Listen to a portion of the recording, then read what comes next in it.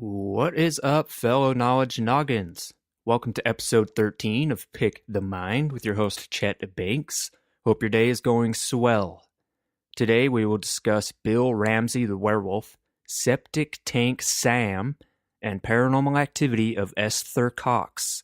We will begin with Bill Ramsey the Werewolf. So without further ado, you are tuning in to Pick the Mind. Pick the Mind. Bill Ramsey was brought up in the seaside town of Southend in Essex, United Kingdom. He had a normal childhood up until the age of 9 when he started displaying worrying traits.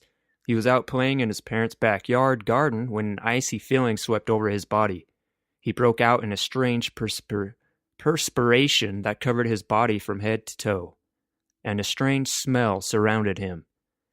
He later confessed that during this incident he could think of nothing other than a pack of wolves and the ocean waves crashing against sand.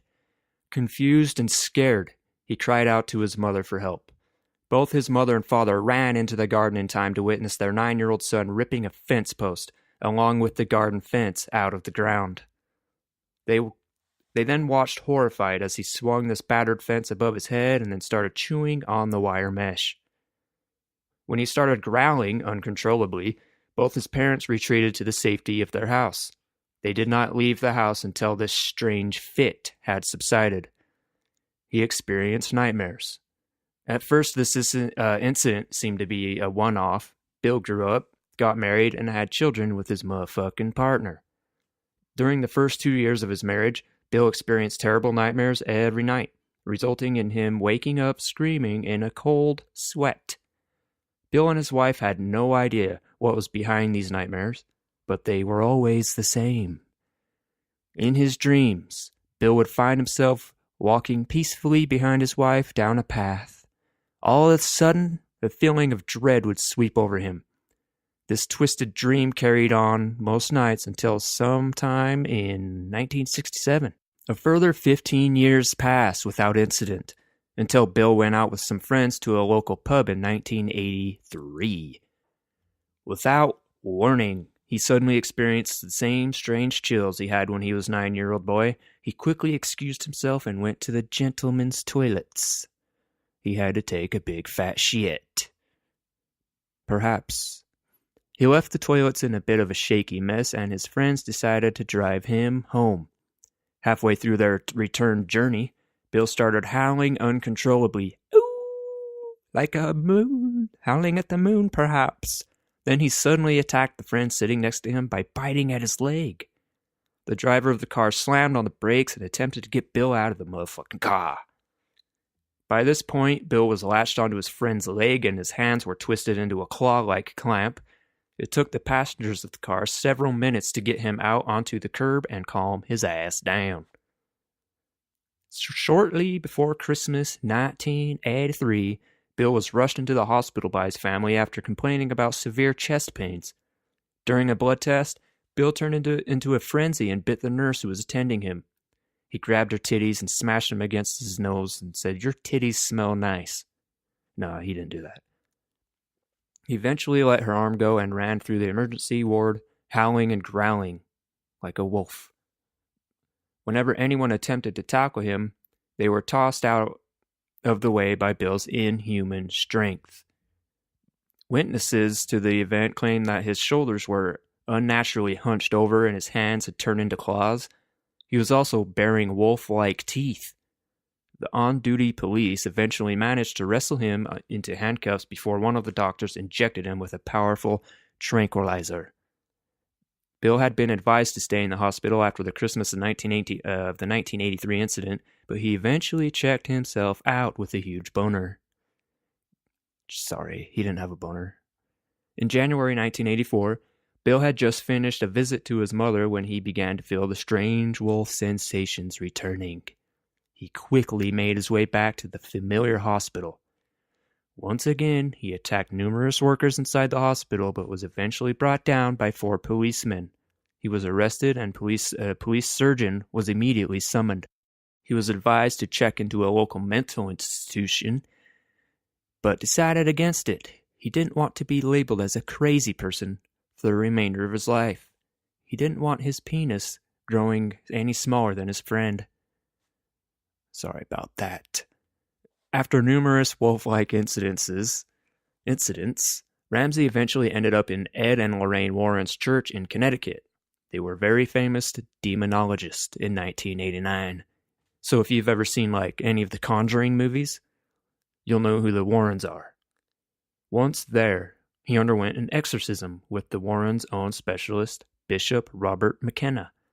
McKenna was eventually able to confront the wolf inside of Bill and banish him. The entire exorcism was captured on film. Bill had reported no further incidents since this exorcism.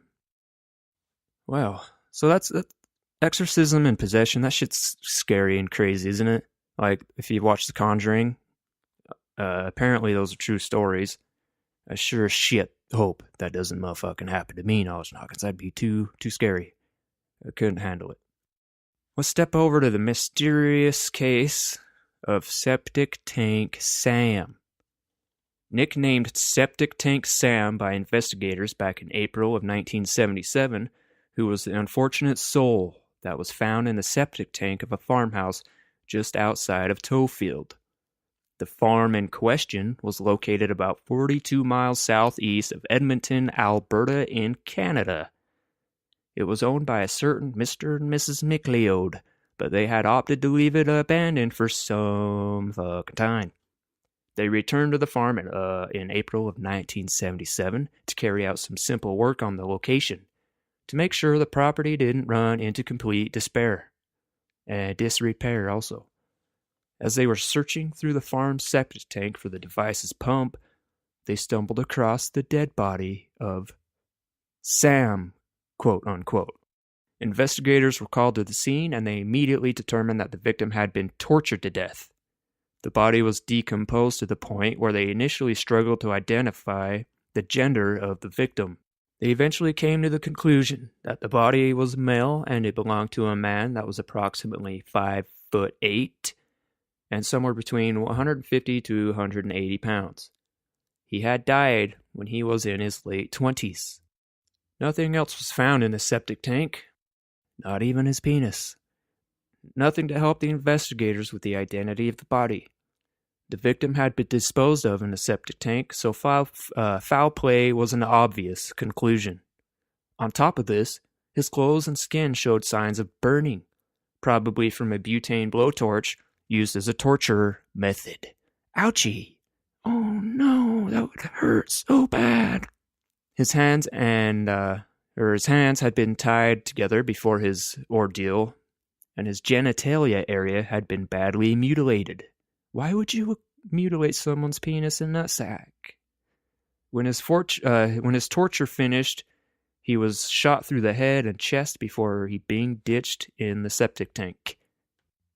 The man or men behind his murder attempt to cover up their tracks by adding a concoction of quicklime to the tank contents. This quicklime actually ended up working the opposite way. It managed to slow down the decomposition process due to the low level of water settling in the tank. The hard work of the investigators on the case never really paid off. They could not find out the true identity of Septic Tank Sam. Numerous artists' impressions were put together, and records were sent out to hundreds of dentists. No leads returned. Recent theories suggest that the man could well have been a transient or a casual worker who was just passing through the area. There is also the possibility that the murder of Sam took place elsewhere, and the killer moved the body miles away to put the police off his scent. Investigators at the time also believed that the killer had sufficient local knowledge of the area. The farm was well known, so everyone in the surrounding towns and villages would have been aware that this was near enough abandoned. A perfect place to hide a body. If you're going to hide a body, septic tank, I guess. Forensic results eventually showed that Sam had been in the tank somewhere between 4 months to a year. Some people think he may have been mixed up with the mob. Others believe he was a pedophile that had been caught in the act, leading to the sadistic mutilation of his penis and nuts. What do you think? What are your theories on Septic Tank Sam? Well, I don't know. 20-year-old body mutilated on the balls and penis area with a torch and then shot and dumped in a septic tank. It's really hard to say. But a mob or a pedophile, that's good enough reason for me, I guess. That could be the reason. Who knows? Next, we will take a look at the Great Amherst Mystery, a notorious case of reported poltergeist activity that came out of Nova Scotia in 1878. Esther Cox. Esther lived in a house that she shared with her sister Olive. Olive's husband Daniel Teed, their 2 kids, Daniel's brother, and a further 2 siblings. That's a lot of people, right? Anyway, the house was a pretty big property, but it often got overcrowded due to the large family and the temporary renting of rooms. Unfortunately, Olive and Daniel failed to keep tabs on the people renting the rooms, and one of them turned out to be quite a bit of a psycho motherfucking path. He was caught trying to rape Esther one night.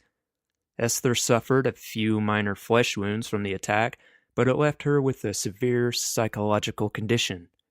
Shortly after the attack, she began developing severe fevers, which at times were accompanied by strange seizures.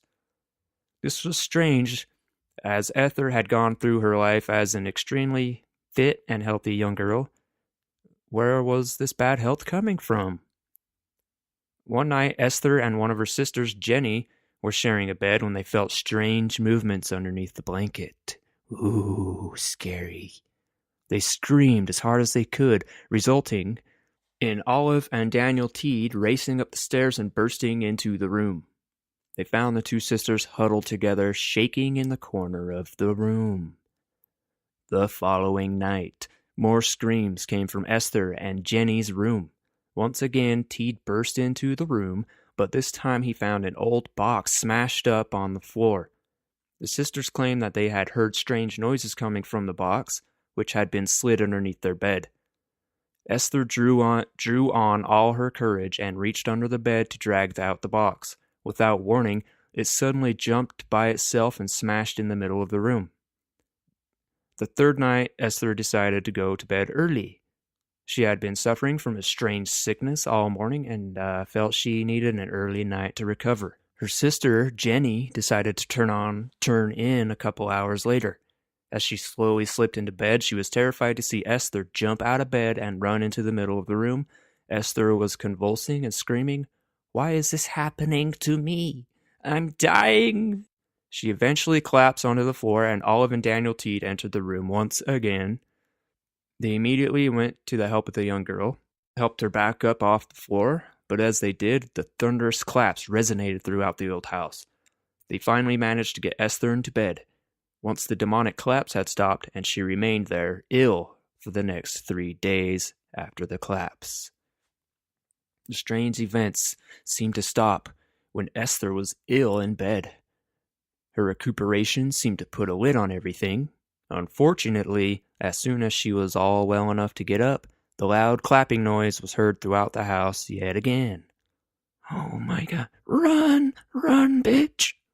Olive and Daniel were at their wits' end. What was this frightening clapping sound, and why was Esther getting so ill all the time? They decided to contact Dr. Carrot. Carrot. The local family doctor, they invited him around the house for a chat.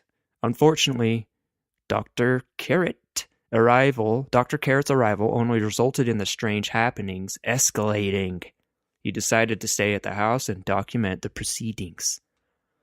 Over the next few days, the doctor witnessed and recorded all manner of paranormal activity.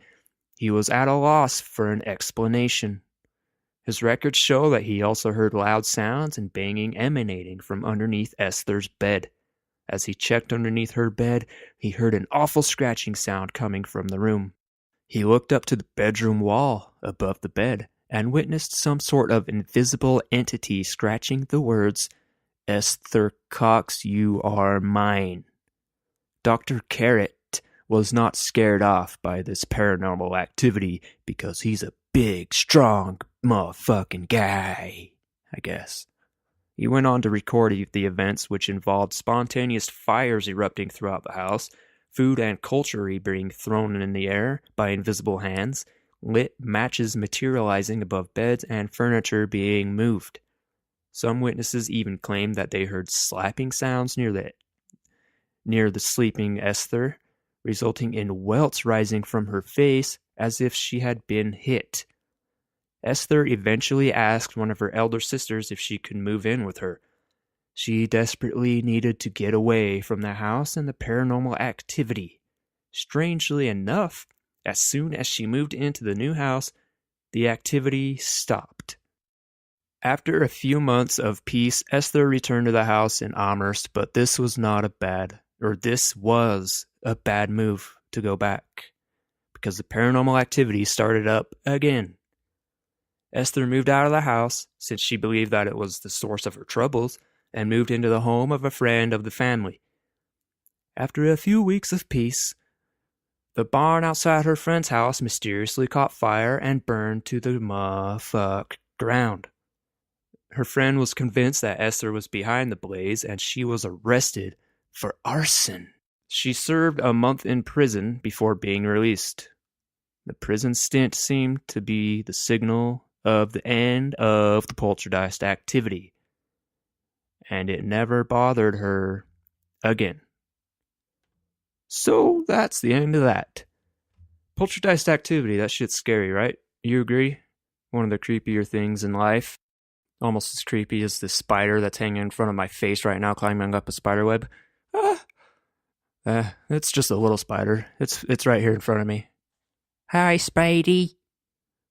Do you have a big penis? Thank you for tuning in, Knowledge Noggins. I'm gonna get it. I like the poltergeist stuff. I've been watching The Conjuring and stuff. There's a movie called Lights Out that looks creepy as shit, and I might watch it. Have yourselves a good remainder of the day. I love ya.